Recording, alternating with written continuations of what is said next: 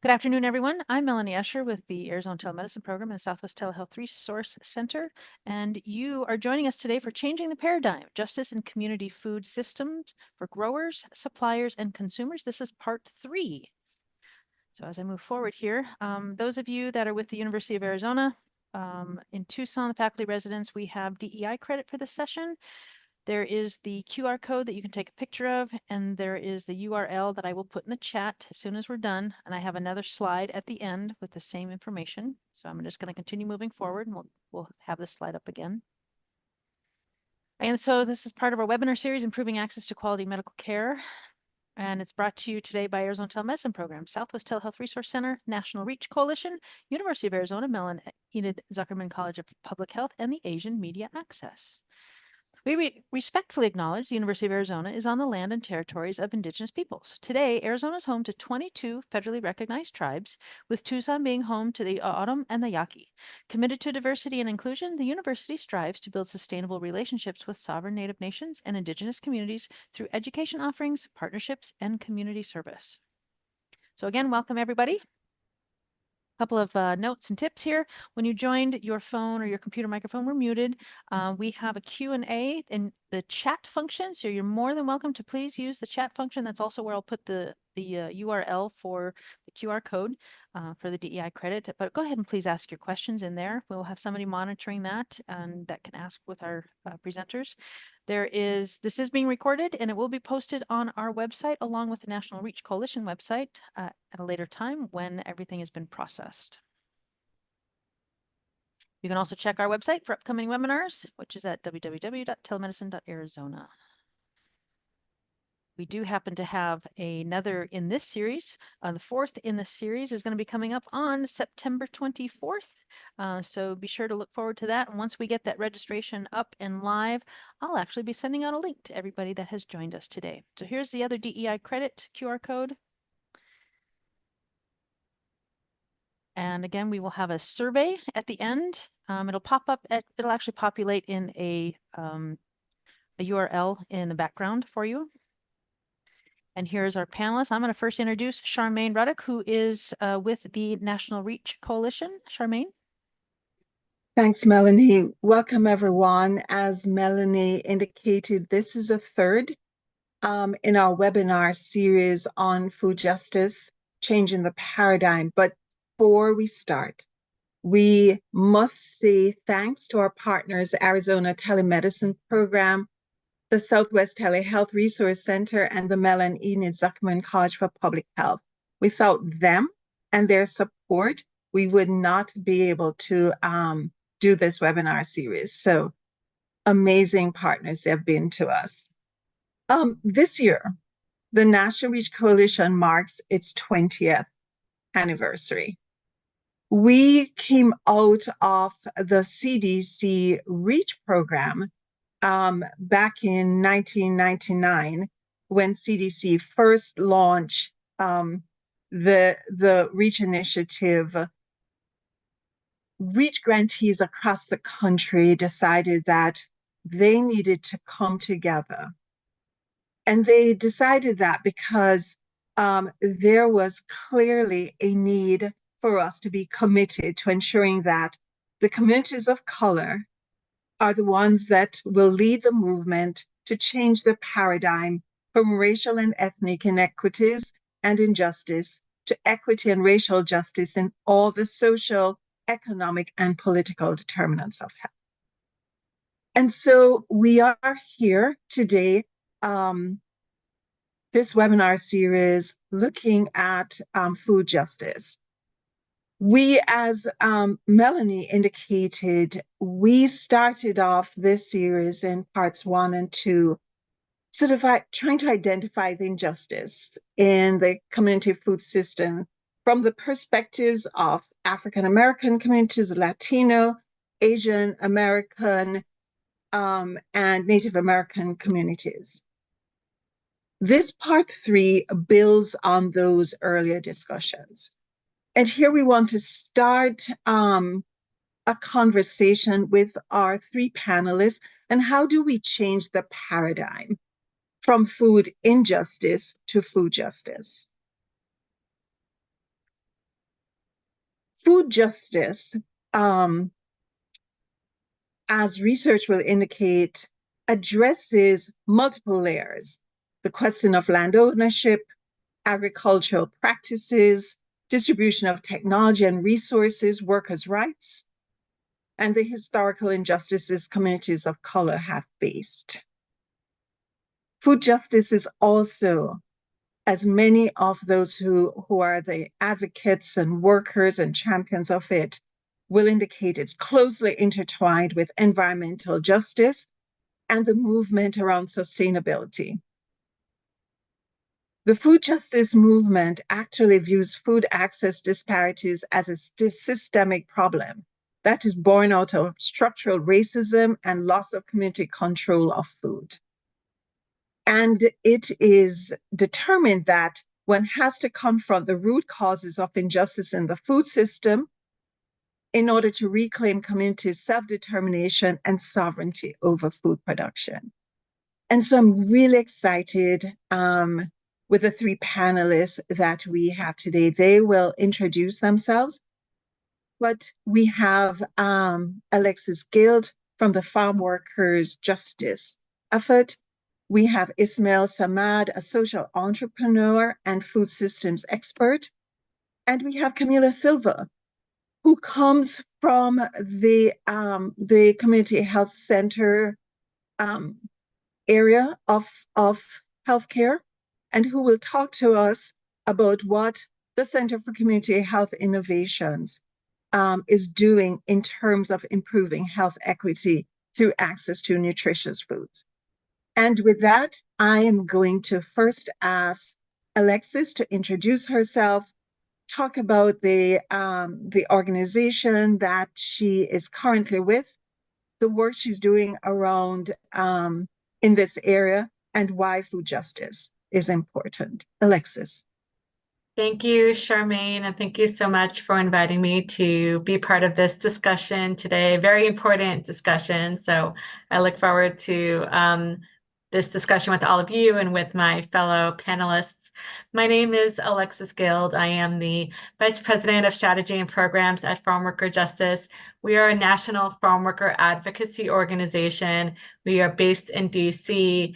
We engage in impact litigation, policy advocacy, and programmatic work, and partner with organizations all across the country, community-based organizations, labor unions, health centers, migrant seasonal Head Start, legal services, and others. And for us, food security is a really cornerstone issue. The cruelest irony of agriculture is that farm workers are extremely food insecure themselves. And so those men and women and their families who harvest the fruits and vegetables that keep us healthy are not able to access or afford those fruits and vegetables for themselves and their families. And so this is a really important discussion, understanding the social determinants that impact access to food security and the issue of food justice in farm worker communities. They are, many conversations tend to leave out the farm worker. And so I'm really excited to have the conversation with farm workers at the center of it, and understanding how we can bring farm workers into the conversation and ensure that, they themselves are able to fully engage in the food justice movement and be part of the food justice movement, and be food secure themselves. Thanks, Alexis. Next, I'm going to ask Ismail if you would introduce yourself, tell us a little bit about who you are, the organizations that you are with, and then why food justice is important. Then we'll expand on that when we get into our conversation. Yeah, this is Ismail Samad. I am the executive director of the Corbin Food Project, and you put that S on it because it is it's always a confusing thing to introduce myself. I am also a co-founder of a nonprofit called Loiter in East Cleveland, which is based upon spatial justice, environmental justice, and and economic justice, which is rooted in community ownership, community power. We also co-founded a grocery store in Boston, Massachusetts, called Nubian Markets, which centers the African diaspora and the culture that exists within the African American community in Nubian Square in Boston. But as far as food justice goes, it's a and I gotta say, like the farm worker piece, thanks for bringing that up too, because it is oftentimes not included into it. And so I'm going to start with introducing some of the work that we're doing around food justice, because Corbin Hill is a think and do tank based in Harlem. And so what we're doing is not just delivering food to communities, we also are thinking about the entire value chain, and also the narratives that go along with the storytelling and the research that accompanies the work that we do as we're trying to signal what justice could look like in the future as we're working towards a sovereign reality. Thank you, sweetheart.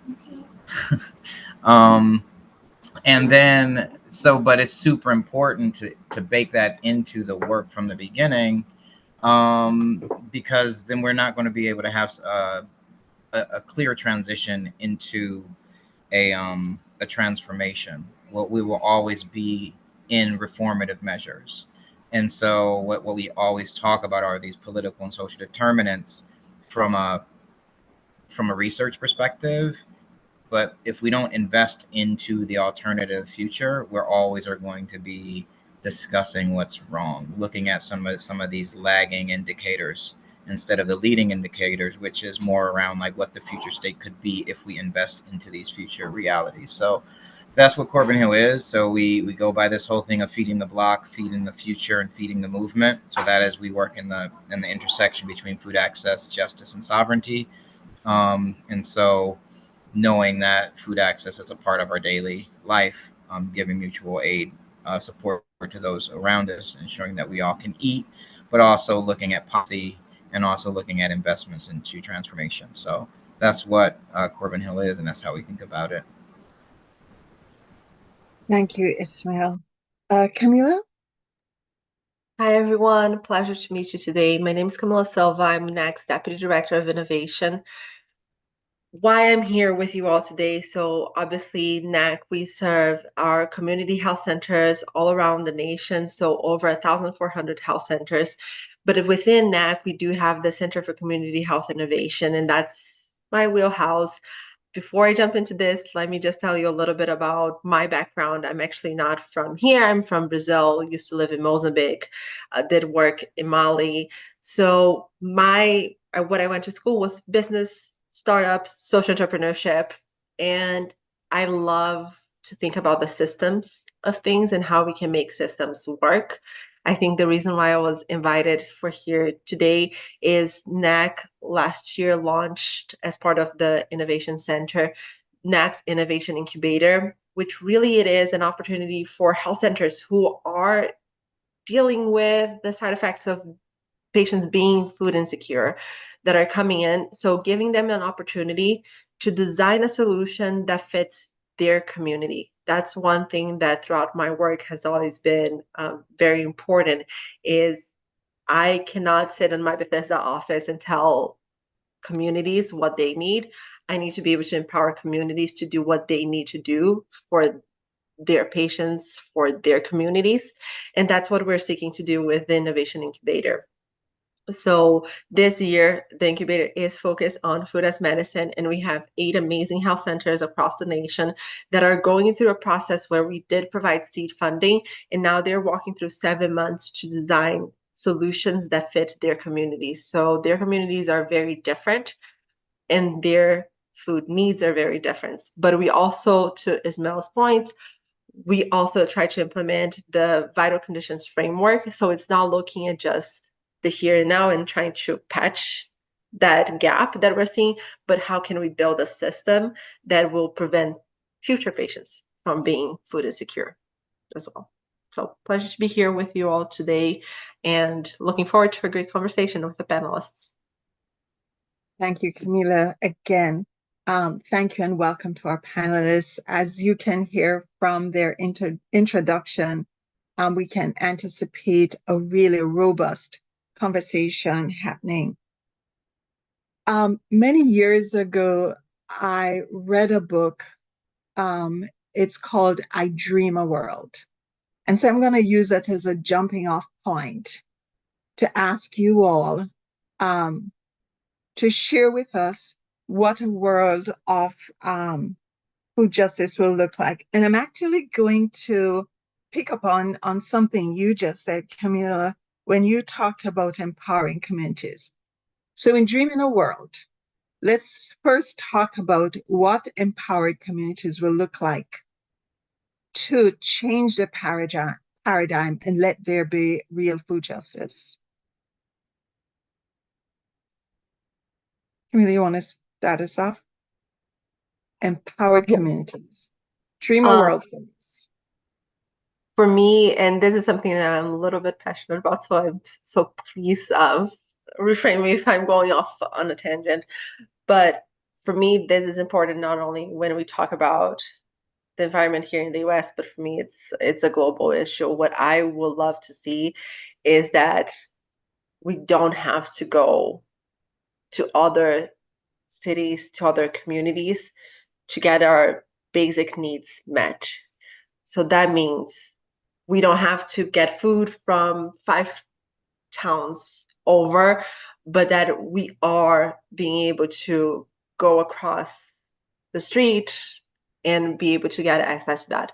That also involves healthcare, being able to get quality healthcare, quality education. So in my world of like what that looks like is that every single community has the pillars that they would need to be self-sustaining almost, but also in that all communities had the same high quality, because I realize as soon as I say this, in my mind, I'm thinking, yeah, but not all communities are going to be the same because it's going to depend on the investment. It's going to depend on the people that are living there.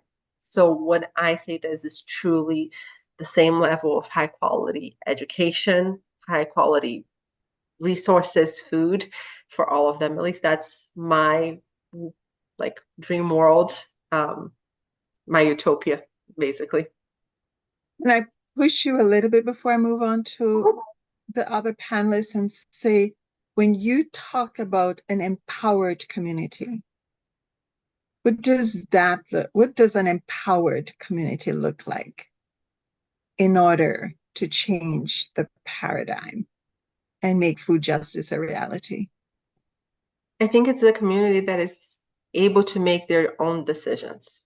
And I'm very big on decision making, and that means also having systems in place that protects people from the things that we cannot control, such as natural disasters, because we cannot talk about food security and food safety if we don't also think about the fact that climate is changing, that we are seeing floods happening more often. So it is empowering the community to make their own decisions, but also protecting the communities from the things that are a little bit beyond our control.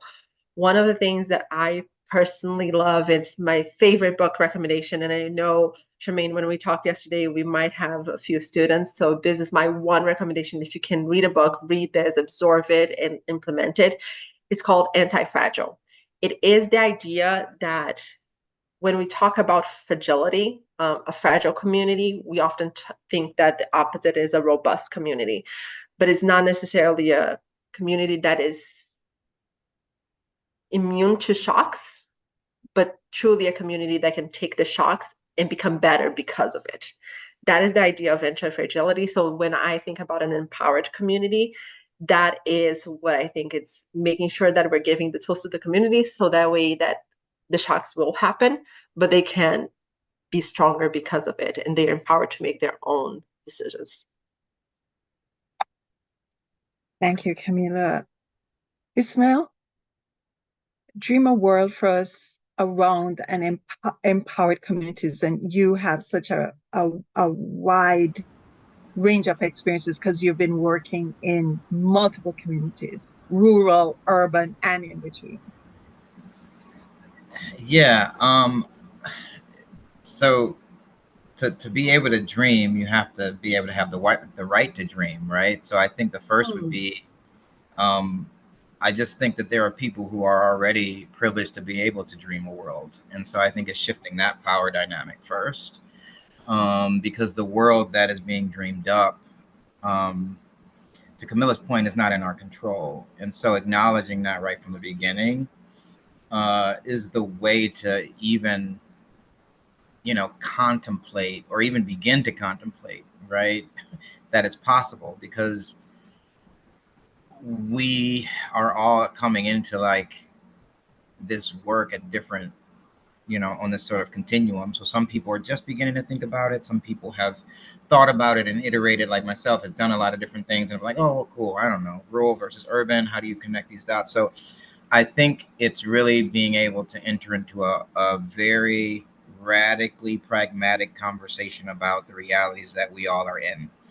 And then being able to contextualize it in appropriate ways to where we're not arguing about the realities, we just are acknowledging them. And I think the world starts off by being by shifting into what I'm dreaming about is we can actually have real conversations, and there's political will in place to actually acknowledge that the power needs to shift, and that if we can't acknowledge that, man, it just becomes very difficult for me to like even begin to dream. It's like I'm getting woken up. Like so, but if I'm forced to be able to have to dream about something, it would be based upon the premise that we all are working together towards a common goal, that we actually acknowledge that we are in a domestic humanitarian crisis in this country, and it affects all of us, right? Urban, rural, black, white, doesn't really matter, because the weaponization of the food system, um, as it's deployed on these different communities, really is just filling up our healthcare system with very preventable cases. And so it would be, man, we've got no plastics, we've got workers who are getting paid, um, we have an understanding about how big is too big, right? It's going back to the basics of like, the Lorax, biggering and biggering and biggering. Like, what is too big, right? I mean, we tell our kids this stuff all the time around like, what are the dangers of getting too big? And we also are encouraged to get big. So it's really reconciling, I guess, the dreamed world is we have the ability to reconcile with some of the I guess the runoff, both figuratively and literally, about the things that we do to our own communities. And I think for me, it's more of a, we all can go macro to micro at any given time. So we can live within our communities wherever they are, but then we understand the macro reality, and who's informing that needs to be us collectively, and having the democratic process, um, really inform what community needs are. And so I think that's my dream world. It's connected to policy, it's connected to reality, and it's connected to a fair shot to just being able to dream. And so, yeah, I mean, that's how I sit in my dream world. Thank you, Ismail. Alexis, you come from the farm workers. No matter what people want to think, they are essential to this country feeding itself. How would empowered farmers, what would empowered farmers look like in this paradigm shift that we want to see in order to make food justice a reality?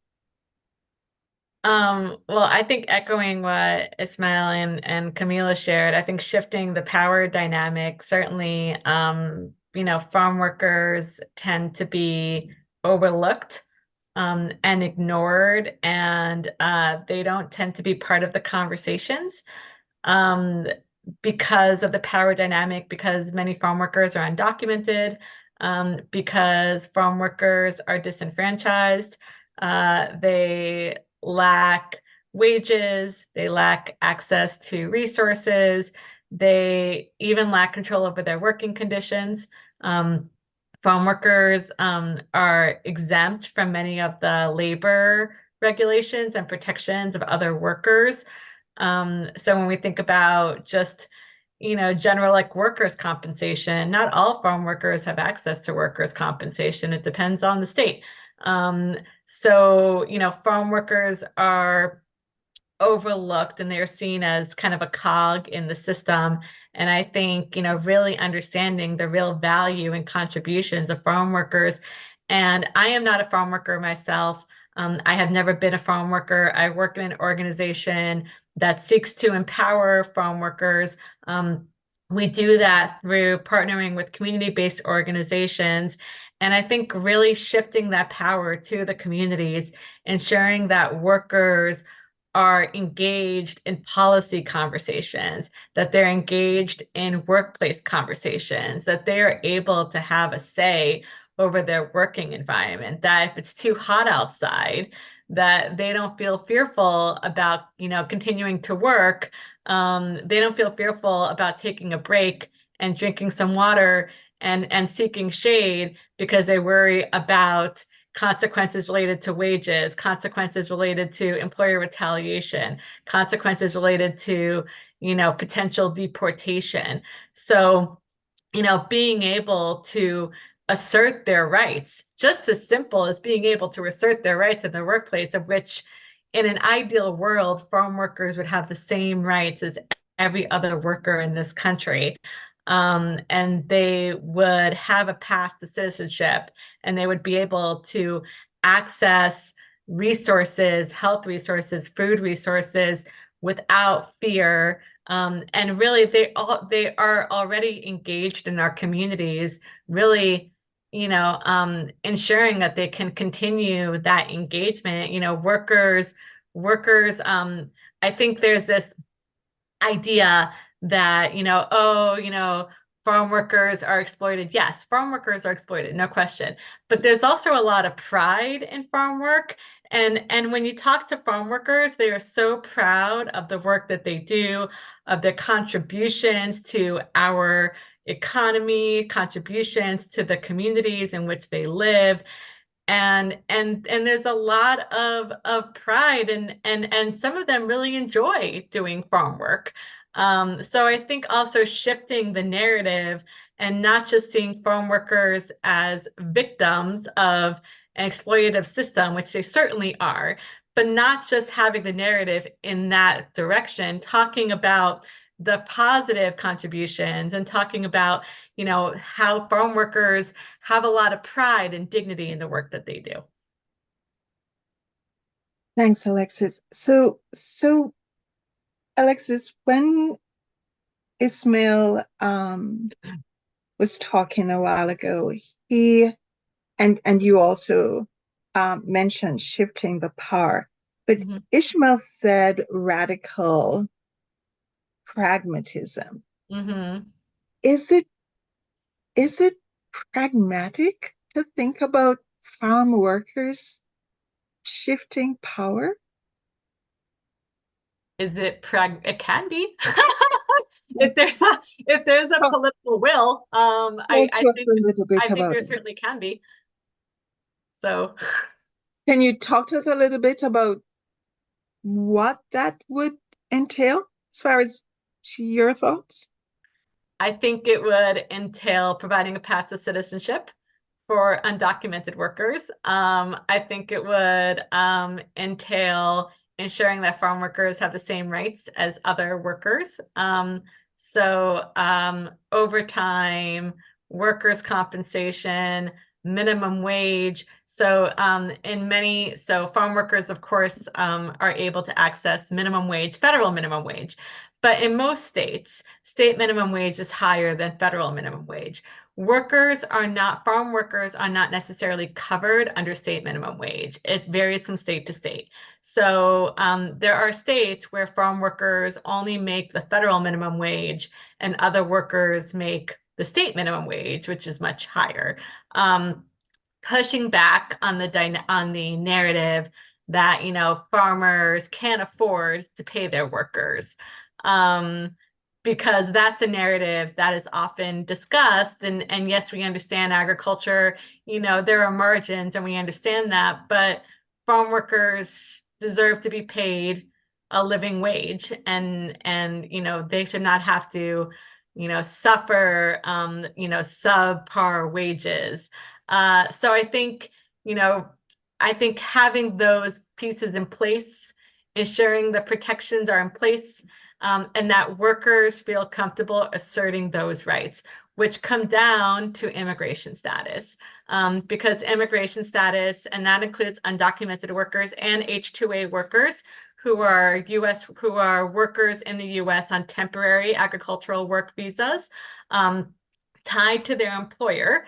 There is a power dynamic where workers are fearful about asserting any rights that they may have because they're fearful of any consequences related to employer retaliation. So until workers feel that they can fully assert their rights and not fear employer retaliation, then it's hard to make a shift in the dynamics.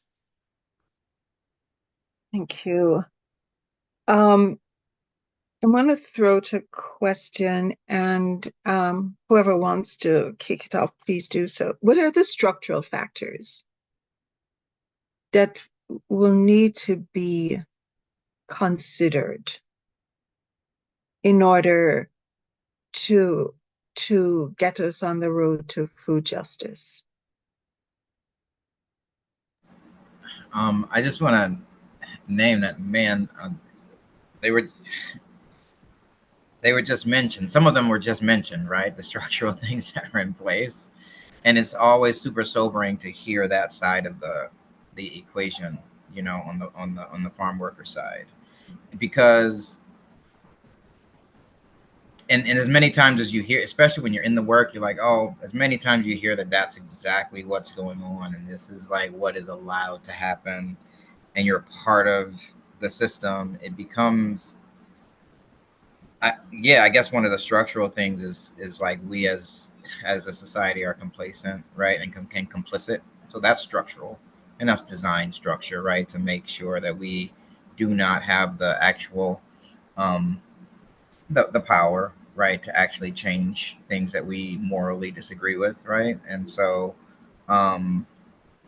so I think there are what becomes priority. I think structurally it becomes policies that are unprincipled policies are some of those structural barriers.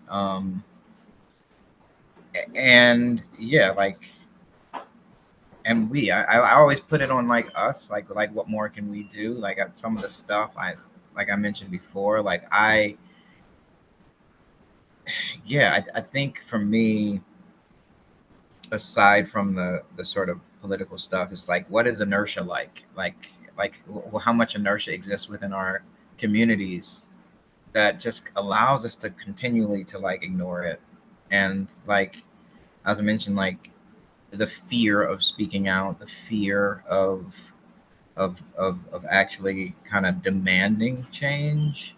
And so I guess you could say, oh, okay, let's take it out of the policy space, and then let's get into, like, you know, this is American capitalism. Let's invest in the reality. But then you end up with, you know, there's not an equitable distribution of dollars to transformative efforts. And so one of the barriers, of course, is you know, our resources, right? Resources, and of course the runway to success. Certain enterprises or businesses or socially driven, you know, enterprises get a longer runway than ones that would be transformative. When I'm talking runway, like the investment will be a little bit more patient for larger companies. So I think those are some of the barriers. And then the other barrier that I kind of like live within is like the inability to scale some of these models. It becomes a challenge to make the numbers work, right? So and it was mentioned before, like if you're paying, if it's an acceptable reality that, you know, you can't really make agriculture work because, you know what, you have to pay people, you know, a low wage. And then we bake that into what we call the farm bill. It becomes it's connected. The economics are connected to the unprincipled policies, and I think those are the two things that I kind of swim in all the time. So how do you invest in a local infrastructure that can scale up, you know, in an equitable way? So I think for me, it's always investment and policy. Those are the two things that I usually focus on. So I'm going to stay with you a little bit, Ismail. I I asked you because we have been partnering with Corbin Hill when I wear my other hat, Bronx Health Reach. So can you use either Corbin Hill or in New York or any of the other enterprises that you've been involved in and use them as a case study to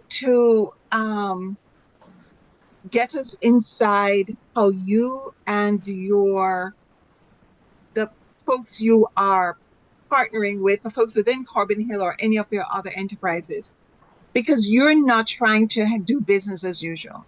You're looking to have a new way of people feeding themselves in communities that have historically been in food deserts, or as some people are now calling them, in food apartheid places. So, Mhm. so bring us into how you are thinking you're going to change the paradigm. Yeah, so great. So on a tangible level, you could think about it as that sort of food access, food justice, and sovereignty sort of thinking. Like there are people who need access to food.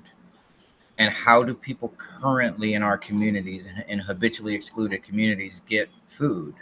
It's from a system that is it's just ripe with so many unprincipled things around, like who's feeding our communities are the very enterprises that have damaged our communities with garbage products. So if we don't own our food systems, then we can't dig ourselves out of this hole of always needing to be fixed from a healthcare institution. So we become a research community because we had policies that allowed for our communities to just get garbage dumped into our community. So it's like, wow. So how do we change that? It becomes bringing the community folks who have been living amongst it into the change. So they now are part of the policy recommendations. They're part of the businesses that are in the community. They now are part of the I want to source differently because I understand if I were to source from someone who's not, if I was to source from a non-local source, I'm now contributing to the problem. And then when I scale up, I'm no longer putting my money or investing my money into this more smaller local supply chain. And so if you can create pathways for food systems that are owned by us, then we can now deal with some of the root causes that, which you mentioned earlier, are poverty, right? The root cause of, you know, hunger in America is poverty, at not having access to the resources to buy what we would like, unless we are collectively as a country trying to keep a class of people that are always engaging or interacting with a food access program, meaning here's free food. And so it's very difficult to create a paying market within communities that need access to food if we're dumping free food into our communities. So you've got this sort of like these conflicting realities of like free food in communities, but we want to work with local entrepreneurs to build local food systems. And now you're competing with free. And you can't compete with free. The only thing that compete with free is cheap. And what's cheap is the very thing that keeps people from actually living healthier lives, and that is the weaponized food system of salt, fat, and sugar, which of course is connected to the policies that is connected to the sort of farm bill reality. So it's education. So we have a youth supper club that we're working to teach the food system with. We've got the Food as Medicine that is forward contracting with Black growers from New York State. We've got the research project that is with SARE that's researching how to create a Black farmer commons in the Northeast. And then all of that research then stays within community. And then we're pushing against another system of the IRB to make sure it stays within community focused research institutions that we can show scale in a way that's not just paying, that's just not contributing to the perpetuation of this. So at every level, we're trying to have community engagement on the research side, on the investment side for local food businesses. And then we're encouraging the youth to understand the food system, to be able to deal with some of the farmer issues that are happening in New York State, to where the Black farmers are not receiving the same types of forward contracts as the larger white farmers are. And so it becomes now if we, to the point around Bronx Health Reach, for example, we were able to look at federal dollars, say our community needs to eat. We know that there's a future state that we need to be researching how this Food as Medicine could continue to be a part of our communities, but without showing a very solid case that these are opportunities to stand up economic realities for habitually excluded communities like Black farmers in New York State, then we cannot get out of the cycle of accommodating poverty all along the value chain. And so all the systems become a mechanism to accommodate poverty, either from the grower side or to the consumer side, because growers can't crack into the market, and the eaters can't afford to pay for the food. So we've got to create an alternative food system, and so you can leverage partners like anchor institutions to be able to forward contract large amounts, and then you have to give technical assistance for the farmers to be able to get ready to actually achieve those contracts. And so then you look at, that's another. So the more you pull the string, the more you'll start to see, like, wow, at every single one of the levels of the value chain, there's some policy or some sort of intervention or some barrier that needs to be discussed in a very real way, and a conversation of who holds the power and how do we shift it. And so either for the growing side or the consumption side.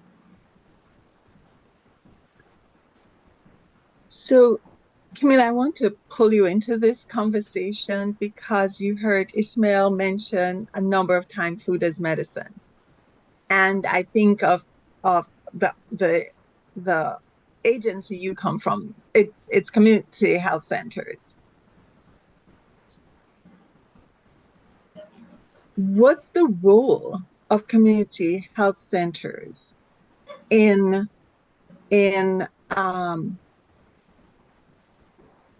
making this shift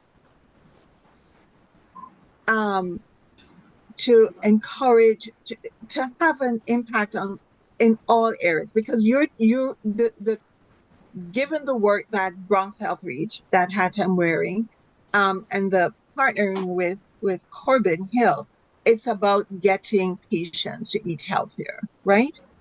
But there are challenges with that model as it is now. But what do you see as a role of community health centers, particularly since the incubator part of your work has for 2024 at least been looking at food, looking at this whole thing of food as medicine? So I think that, to answer your question very decisively, I think the role of community health centers is oftentimes to serve as the connector between community and other organizations. If I can talk a little bit more abstractly for a little bit and bear with me, my background is human-centered design. I'm a firm believer that whatever we think might be the solution probably is not the solution. We need to take time and I'm coining this. So if you see a paper later on about me talking about human-centered design maintenance, because I think it's not only about the design piece of work, but also it is how we maintain the work to make sure that whatever solution we created continue to be the solution that the community needs. I think that that is the role that community health centers, because community health centers, for those of you who don't know, we do have a consumer board. We are required to maintain 51% of our board to be consumer board members. We have this almost built-in mechanism, if you will, about to do human-centered design on a starting level. And I think that that is the beauty, is why I fell in love with community health center specifically. But I think this role is what I think is the role of every single community-based organization, is taking the time to actually design for the people and taking time to hear what they want. And not sometimes just what they want, but maybe what it is that they need. I usually, when I'm doing this sort of pitch about innovation, I usually ask people, remember back in the day when we all were carrying around that big camera with a film in it? If we went around the room and asked, what do you need from a better camera? Oftentimes people would say, oh, I need a better film, a film that holds more photos. And what ended up that us as humans wanted was a digital camera. So it is taking that time to not only say, I hear that what you are hearing is like, oh, you want to eat healthier. That's a great starting point, really. But I think we need to take a step back and dive deeper into what that entails. I will tell the story about, because we brought, as part of the incubator, we brought the 8 health centers to Bethesda to help them ideate. And one of the things that came out is, how do I eat healthy within my own culture?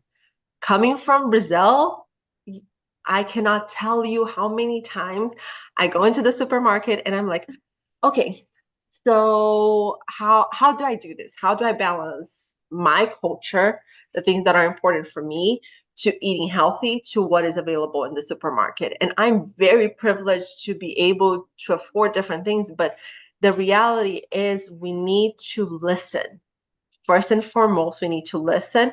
And maybe what we design is good for a good 3 years, and maybe we're going to have to redesign after 3 years to make sure we're maintaining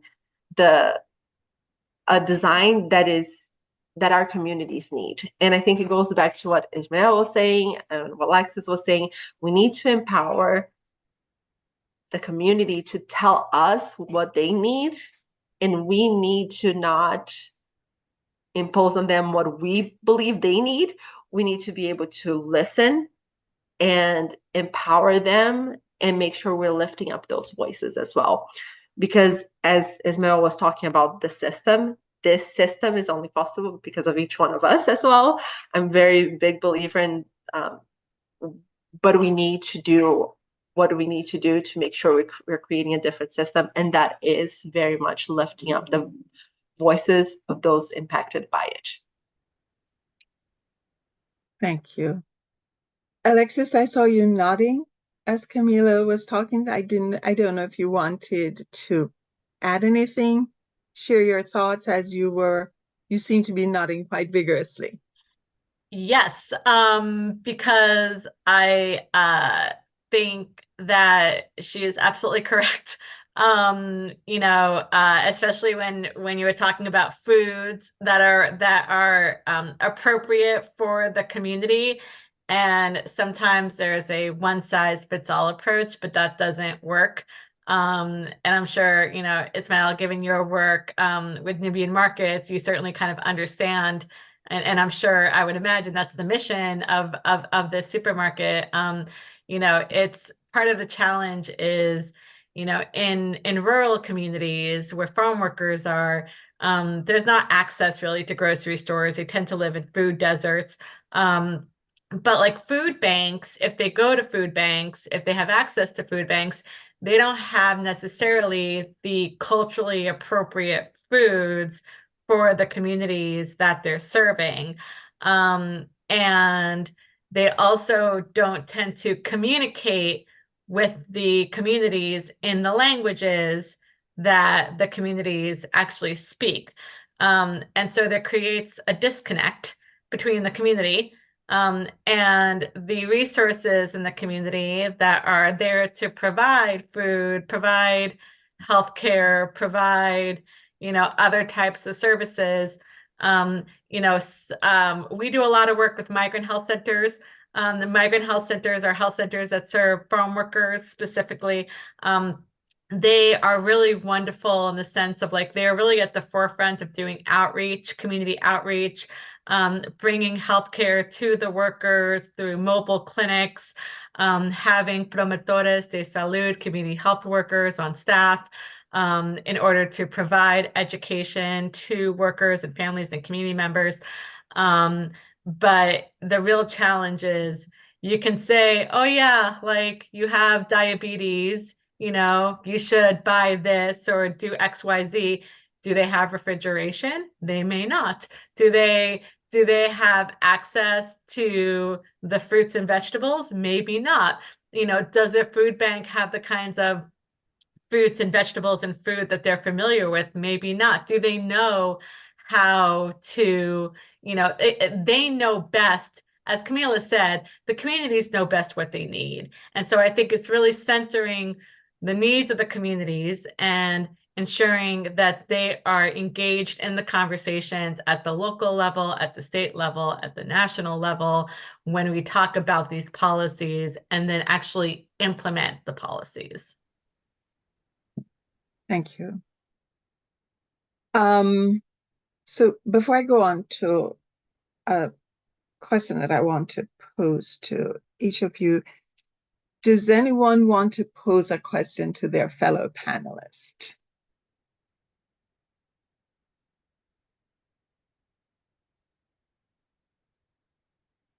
Maybe while you're thinking about it, because I don't see anybody saying, yeah, I want to do it. Oh, Camila, Alexis, do you? Not yet. Okay, so I'm going to pose my question to you guys, and then you guys can think if you want to, some conversation you want to have with each other. Partners. Who do we need to partner with?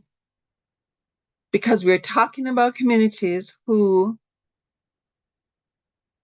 in many instances, think they don't have the power or recognize that for that power shift to happen, they need to partner with folks who would consider themselves as allies in this movement to shift power that would allow for food justice to become a reality. Who are we? Who are you partnering with? Or who are you thinking that kind of partner, that type of partner will be essential for this paradigm shift to happen? For the power dynamics to change.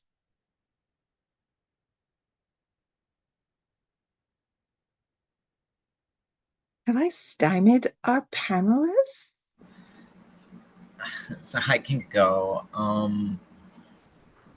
So the partners, I can give an example. So for instance, with Boston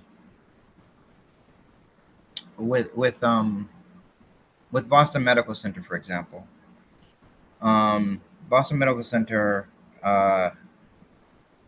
serves our communities, right? They are like in the hood, like they are like the hospital that is for us, right? So they have this sort of like, it's a double-edged sword, right? So some people are like, man, don't go to BMC because, man, that's the hood hospital. Other folks would be like, you know what? No, go to BMC because they get us, right? So this is two things, right? So this is not this some, and so we have to be realistic about, but at the same time, their proximity allows for the physicians and everyone that's there to really get to know the realities in the community, right? And it kind of like informs some of their movement. And so when we were first beginning to do some, I was at the time I was working for a food business incubator in Boston. I was running programs there, and we were trying to like figure out pathways for the for the food service company that's within this sort of community anchor to buy, local foods that was produced by, women, immigrant, Black and brown folks, that we were kind of like incubating in this food business kitchen. To get the scale that we needed, Boston Medical Center was trying to make this happen. But there's a barrier there because the food service companies have their own agenda, and they are within this sort of like anchor institution reality. And so we started to say, well, there's really no way for us to scale this thing up because the food service has its own agenda, and they're within this sort of larger sort of like system that they're contracted by the hospital. So the power is within the contract. There's so much power that lives within the contracts that CEOs across the country are like, kind of like navigating. But at the same time, we still have the relationships with the folks who are identifying, we can't do that. Can we do this? They, of course, they have a rooftop garden. So they're growing food right there. They've got a teaching kitchen. They've got a culinary medicine programs. They also have a food pantry that's within the hospital. And so now it becomes this question around, they also have an investment fund that they were looking to continue to do their work. And they said, well, what do we do with this money? We want to not just invest in the social determinants of health around like housing, and we want to make markets, right? How do we really create an entire community around, our ability to leverage our power, to your point around shifting power? And of course, you think about the capital stack. How do you bring in all the money to make these things work? Some of the asks from some of the other funders were to say, all right, it needs to be affordable. Boston Medical Center was saying, well, we already have food access covered. We have a pantry, right? The communities that we serve are not a monolith, right? And not everybody needs it to be like, And so, because if not, then we don't really get the diversity within the community that actually exists. And then you have people leave and you continue the leakage. Then leakage happens, and then you have some Black folks who are like, I fine, that's cute, but I don't need free food, and I also don't want it to just be cheap. I want it to be convivial. I want it to like really speak to my culture, and I want to have some dignity and pride when I walk in. And you know what? I will drive my neighbor down to the pantry, and I'll take my mother to experience, some culinary medicine programs at the hospital. Now you're building an entire ecosystem, because diverse communities that have a lot of different assets are really what we're trying to build. You don't need just the entire area to be like, that's where poor people live, that's where wealthy people live, that's where middle class. You need diversity. And so they're looking at, this is a critical conversation around the commerce, like you're talking about, how do you shift power? They looked at the studies around wealthier communities are just healthier communities. And so if that's the case, how do you create wealthier communities? You invest in businesses that are owned by the people that we've been kind of like admitting into our hospitals, and then just kind of like fixing, admit, fix, admit, fix, admit, fix, sending them back out to conditions that is going to be predictable for them to keep coming back to the hospital. So we have these real deep conversations with folks from all the way at the top of the hospital to pediatricians to emergency room doctors, and they helped us actually secure the funds to get Nubian markets off the ground, to speak to the cultural needs of the community, to say, well, the African diaspora needs to be represented because that's what lives within the community. And we will then see if the community will prioritize culture and pony up the dollars to actually spend for it. It doesn't have to be free. And so what you've got is people will invest in, we will invest in our culture. We invest in things that we care about, right? Be it music, clothes, food, things that are near and dear to us. We do actually spend our money on. We do not need everything to be free. And we already have a subsidy that's built in with WIC and EBT. And now you say, well, what about people who are attached to food as medicine? Now you can be able to take vouchers for them to come into the grocery store that the medical center is writing for us to go. Now you've got this entire reality. You got people who are getting like subsidized food, people who are paying out of their pocket. And then us, as the operators, can put craft garbage food on the bottom shelf And then we can prioritize like our locally made products, putting it exactly where it's front and center for us to grab Hillside Harvest and Happy African Gourmet, all the different spices that are made by the some 100 different black and brown producers that we buy from. So now you've got a completely different shopping experience. And people are like, well, where's the freaking Hellman's mayonnaise? Well, I don't know. I think it's like down on the bottom level, instead of getting something that's made by our partners in New York State who are making like black producers who are making aioli from eggs that are grown on the farm, that raised on the farm. So now it may be more expensive, and you have to have people to work for finding the cheaper option, but then you can educate at the consumer level. So that's the sort of ecosystem that you can build when you have a critical partner that's looking at the entire community and not looking at us as just like a group of patients that need to be like researched or a monolithic reality. Others want to jump in and talk about partners, Camila? Yeah, I can jump in. I think that the best partner, the people that you should partner, are the ones that are right for that time. And what I mean by that is sometimes we look at these companies and we're like, oh my goodness, if only they partner with us. But I do think we need to do a pause and say, are we in the right time? Are we in the right space to be able to be partnering with them right now? Sometimes, and I think, Ismail, to your example, I think that was a beautiful example of what a great ecosystem can look like. Sometimes we're ready for it, and we should be seeking out those partners. Sometimes it is okay to start small. I think it is okay to have that vision and to say, okay, how do I do it? And sometimes we look, and I hear this a lot, especially in the startup world.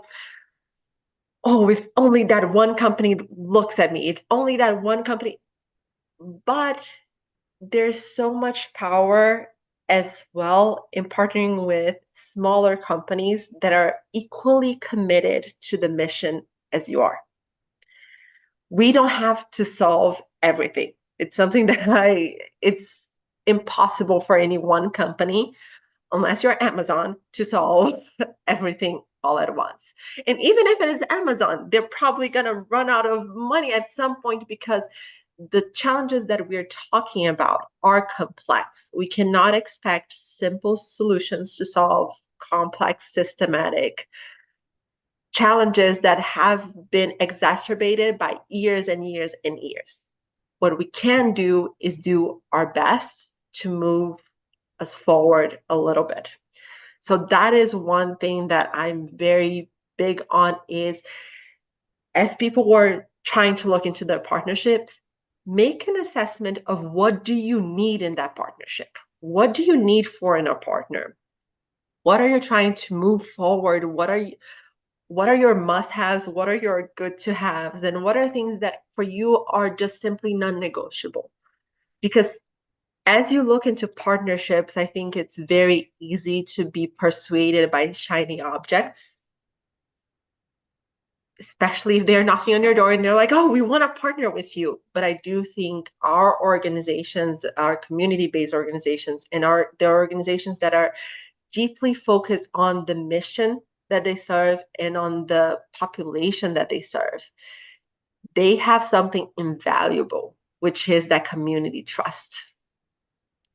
And we need to be able to safeguard that as much as possible by partnering with only those that we think are worthy of our time and our population's time, our community's time, because at the end of the day, our community is trusting us to lift up their voice. So we need to make our due diligence to choose partners that are worthwhile. And maybe sometimes that's not going to be the big shiny object. Sometimes it's going to be the folks that people didn't know about, but they want to move it forward. So that would be my Can I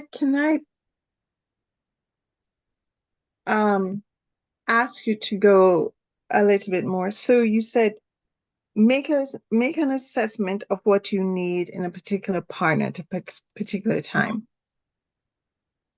What would be included in that assessment guide you're going to use to determine the partner? Yes, this is partners for now, or no, not now, maybe down the road. What would go in that? What would be the guide? So if I were, bear with me because I've mentored startups, especially social-minded startups. So one of the first thing I say, you have to have your theory of change. That North Star cannot change. If you're changing your North Star every 5 seconds, take time, go back and reassess. You need to have that theory of change to know where you are now and to know where you're going next. That's the first thing, because it's going to be very hard to assess when you're ready for the next level, when you're ready to take on more risks, if you don't have that clear picture. And I've seen it become very easy to be sidetracked because a good partnership, a shiny object comes up. So having that very clear, and I would say making sure that that is very clear for everyone in your organization. It is, especially as we're looking into a smaller organization, but even big ones. We need to empower every person to be looking at those opportunities because they happen and it's milliseconds sometimes, but making sure everybody at the organization is empowered for that. Second, it would be making sure you have a SWOT analysis, your strengths, weaknesses, opportunities, and threats. Let's figure out what it is that we are and making sure we have that. I think it also goes into your resource mapping. So say you have a new idea, you're seeing this need in the community, and you're like, we need to solve this need because it is our mission. It is if it's perfectly within our theory of change. So taking a pause and making sure you're doing like, what do we have in-house? What are things that we can leverage right now? What are partnerships that we already have that could help benefit this? Where are the areas that we are lacking? What are things, resources, tools that we just simply don't have?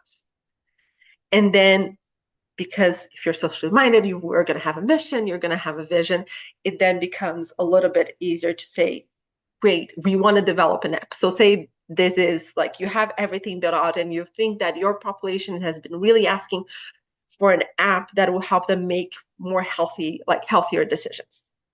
Now you have this and you're going to be like, we cannot build an app right now because our community, our organization just doesn't have the skill sets. Also, it's very hard to maintain an app. It takes technical skills that would take a lot of time. So that is a gap. Based on the mission, what do you want your partner to bring to the table? Do you want them to just develop an app and let it go? Do you want them to have a stake? So those are the things that I would say is your non-negotiables. These are things that if a company comes with any one of those, it's an immediate no. And sometimes that looks like a non-negotiable is the fact that they don't have a negative externality in the community that you serve. And that is one of the things. Maybe you're looking at their partners and seeing who else are they partnering with. We will not accept partners. And it has to be a mindful project. It is something that it takes time, but I think if it's done well, that can also serve as a roadmap to looking for those really mindful partnerships that have the opportunity to be long lasting. Thank you, Camila. Alexis, I know you're looking to go soon because you told me you had to leave us fairly early. Any thoughts about what is a partner, what you should be looking, what as a community, what's needed in the partners if we're to change this paradigm? I think there were so many good examples that, and it was laid out so well. I'm not sure I really have much to add to that. I think it was laid out really well. I think, I think about COVID and during the height of COVID, the partnerships that happened during COVID in order to ensure that workers had access to vaccinations, access to to any kind of medication, access to information. And there were some unlikely partnerships that occurred. And that could be helpful depending on the situation. So I think it's really situational, and I agree that it's not a forever partnership. Some are very specific to the time and place, like COVID. Others I think are more sustaining. But I think, again, and all of us have kind of talked about it, and I feel like maybe we're beating a dead horse. But I think at the center, of course, is always the community, and ensuring that they are a part of it, and that they're at the center of any of these discussions or partnerships that take place. So, Alexis, I'm going to push you a little bit. In many of the points you made earlier, you talked about the kind of policies that will be critical to change the situations for the farm workers. To make that happen, what kind of partner is necessary?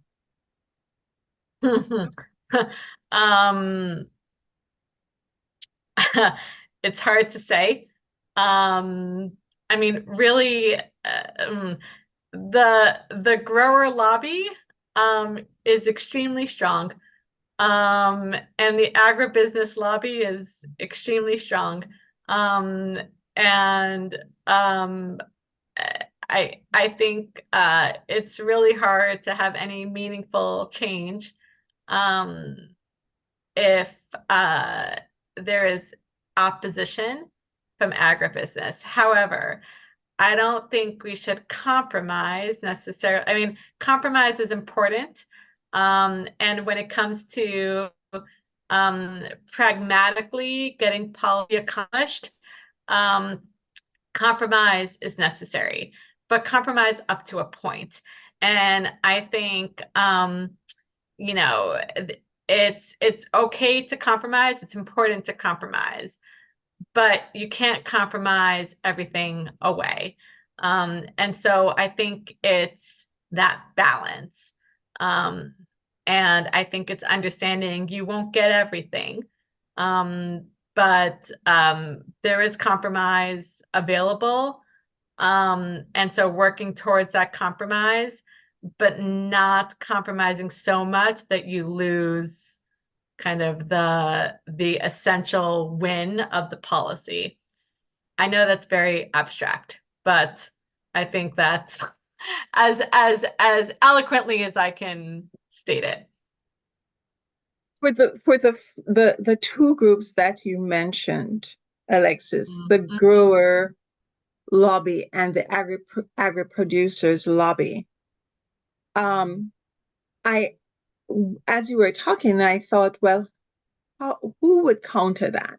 And I'm thinking, well, what about an elected official as a partner?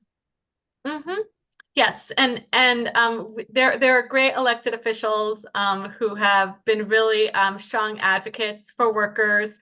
This administration has been very pro-worker, and has certainly put in place, policies to advance worker protections.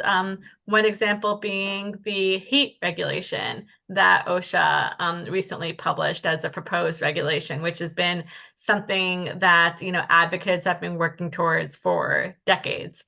And so, yes, there are those champions, and those champions are important. And I think those champions would not be champions if it weren't for the power of the people in the community who are pushing these elected officials and these administration officials to put forth good policies that better their lives. So I think it's, again, those communities are the kind of focal point, and they're the ones who can really kind of push these policies forward. Working with elected officials, working with community-based organizations, working with advocates, working with, maybe sometimes people who might seem in opposition, but perhaps come together around one specific issue.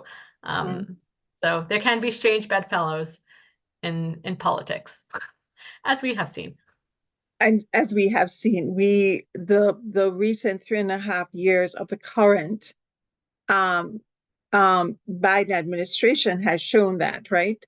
Some folk they've been successful in getting significant things passed with folks that normally you think, oh, you are so far apart, but somehow whatever was the magic that got sprinkled, something happened.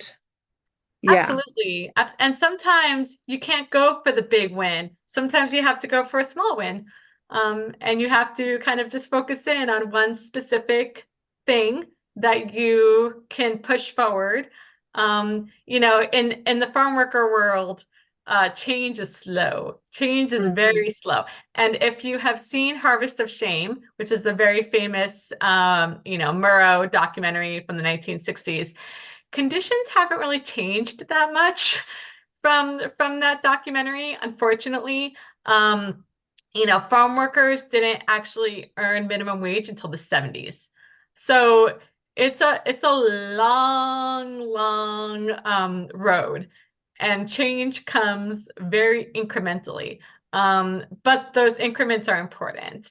And so I think it's understanding what are the big wins, what are the small wins, what can get done now, what are the priorities now, how can we build on those priorities, build on those successes, and continue to work to create a more just and equitable system. Thanks, Alexis. So as I get older, I'm saying, why am my control and my patience slipping? Maybe it's because I feel the urgency of now.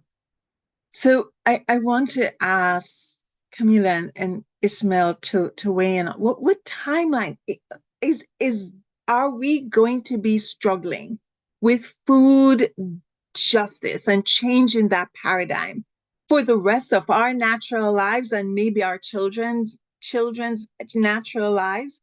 Like, what's the timeline we're looking? Ismail, you're smiling because you're like, I don't know why she's impatient. I don't even know why Charmaine is asking this question. Come on, girl, get a reality check. But I'm gonna put it out there for the rest of you, because Alexis, as Alexis talk, I'm like, Alexis is right, but sweet Lord, how long do we have to wait for this change to start coming? Yeah, what's the saying? You told my great grandmother to wait, my grandmother to wait, our mother to wait. Now you're telling me to wait, right? I mean, how long do you have to wait? I mean, I think there is this piece, and I'm not an incrementalist, right? I do think that that my version of equity is I want what the system has, right? There is it's very if it takes 23 stores for, let's just say, a popular market to break even, we deserve 23 stores, right? We deserve the same type of money, the runway, the opportunity within a structure of capitalism that actually works and maintains supply chains and feeds a lot of people. And if we don't get that sort of equitable opportunity, it's not a fair market. So if we're not a fair market and it's an extractive market, we need to name it as such and say we're not going to tolerate it. And now I think so for me, I'm fighting on the equity side to say, hey, look, we're looking for actually fair investment to be able to make something cook, while we're going to commit to our culture of being like good human beings, right? And we're not going to like. So I think for me, I think it's okay to like I think there's also this pause, pivot, push thing, right? We're looking at the situation. Are we going to pause and think about stuff? Are you going to pivot to something else? You're going to push through. How often, I think it is looking at the moment, and I think Camila said that what's the moment that you're in? It requires different strategies. And so if it's a moment to push through and you can actually see a crack, um, utilizing the right tool to get through the crack. If you can get through a crack with like a little chisel, or you can get a big hammer. If you use the wrong tool, you mess the whole thing up. You got to be very proximate, very deliberate to the situation to utilize the assets that are around you in the moment, and be okay with the decision that was made organically, and you're trusting the people around you. So you're in this work together. So you're not, so you can, the sort of iterative, like that human centered sort of like humans are interacting with the environment all the time. And so we just respect the humans around us that are doing this work, and we're not all perfect. And so as long as we can have a real conversation around like what's working and not, then we can adjust accordingly. So I think it's okay to not be patient. I But at the same time, you gotta have both, because if you're looking at glass half full, glass empty, you still have a glass. There's something in it. How you perceive it is like your own. That's a personal journey, and everybody has, should have, and that's the issue. Not everybody has the privilege, to hold the cup, to even look at it, to assess, to see how much is in it, right? If we don't, so I think some people are judging how much is in the cup for other people. So I think the patience is needed, but also, yes, okay to like ask the question of like,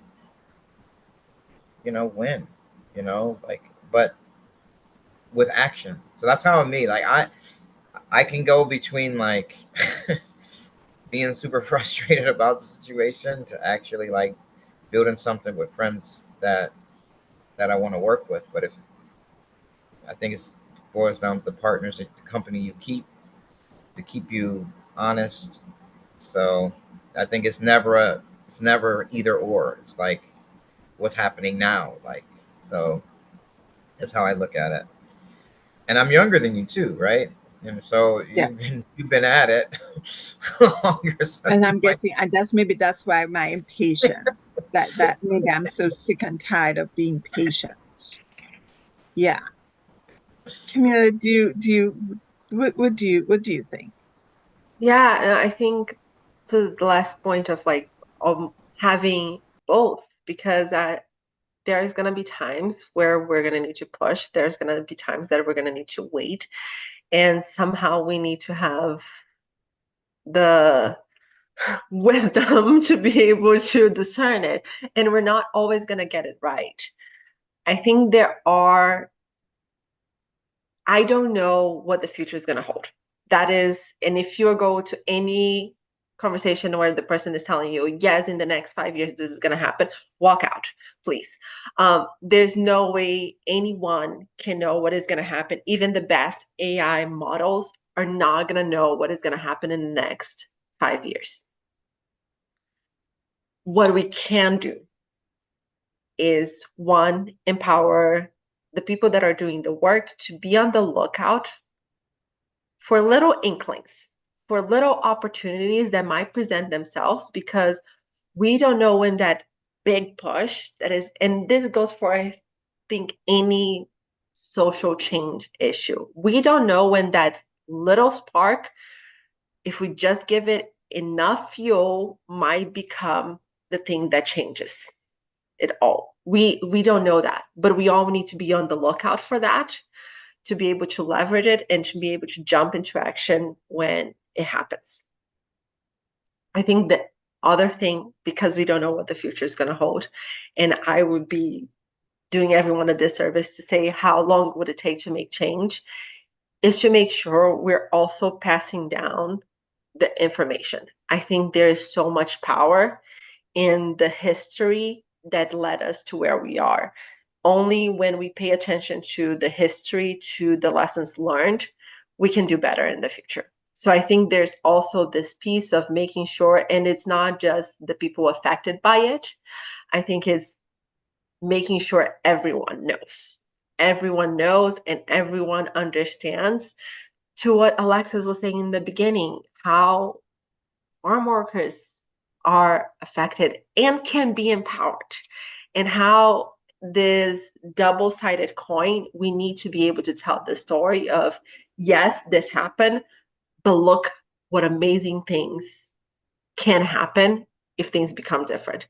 I think that's the only way we're going to be able to make this change, because we don't know what's going to happen tomorrow. We don't know if we're all going to be here being able to tell the story. But if we're able to make sure we leave this legacy of lessons learned, of amazing moments and times of reflection that we needed to do better, and this is how we did better, I think that helps build. It's not, in my mind, it's not going to be one organization. It's going to be a collective. It's going to be all of us, making sure all of us are paying attention to these social issues. But to your point, Charmaine, in my mind, I don't have kids yet, but I'm doing everything that I can to make sure that my kids have a better future. And this is just like, I have to make sure I'm doing everything that I can right now. I might not get there. Fully know I might not get there, but let me make sure I'm paving the road so that maybe they can carry the torch afterwards. So I think you're all right, but I'm going to take the privilege of the facilitator's role and say that we need to give ourselves a timeline for radical change to happen. We need to be pushing the forces that are either allies or opponents, and say to ourselves, what's the time? This is a timeline, and these are the things that we will be working towards. And maybe in your own way, you always saying that, and I'm just like, the sand in my clock is a lot more of it has run out than for you all. So I just want us, I just think that if we're going to change this paradigm, and yes, it takes time, you're all right, and yes, sometimes it's incremental, but there must also be a force, an urgency that says we're looking for this change to happen here, and let's see how close we get there. So that's my word. I know we only have 2 minutes. If there's anything any one of you want to say before if we close out, please feel free. Just to jump on what you said, and I'm posting the link to the article. It is something that I've been kind of in love with, is the idea of field catalyst. So I think I would say yes, and I'm an innovator. I love the idea of yes, and maybe to get to that point, we need more field catalysts that are okay not taking credit for things, but are going forward and bringing folks together and saying, okay, this is how we do it. So yes, and we need somebody to be able to be leading the charge. And that's where the idea of field catalyst, I highly recommend also reading. No, that's helpful. I'm going to look into that. And I think, Charmaine, we talked before about who gets to disrupt, right, in the system, right? It's a disruption is celebrated in some spaces, and it's not welcomed in others. And so when we're talking about system change and talking about community ownership, and you're talking about, right, being like, dealing with a system that was built to break us, disruption is not really celebrated. It's like this separation. And so I think you're right. There does have to be a very clear pathway to disrupting a system that is very predictable. Some of the things are very predictable. You're going to see some pieces you can and have been predicted to see that this is going to remain status quo until disruption happens. Right. So as we examine the system, we need to see what those pieces are, to see what levers we need to actually deploy to actually cause disruption.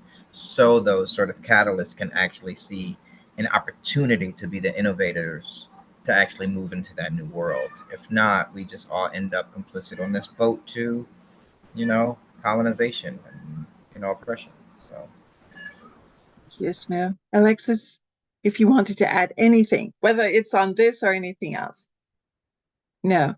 So I just want to say, go ahead, Alexis. Oh, no, I would just say I really appreciate all the comments. I think it's been a really interesting discussion, and I really appreciate the comments and perspectives that we had today that were shared. On that note, I want to thank you all, because all that you shared, contributed is part of this momentum we're building to try and understand and figure out what our action steps need to be in order to change the paradigm that will get us closer to food justice, that everybody, irrespective of your origins, your nationality, race, ethnicity, socioeconomic status, everybody deserves to have access to healthy, affordable food. And those who make that possible, everybody along the food chain deserves the success that's so warranted. So thank you so much for adding your ideas, your brilliance to this discussion. Melanie?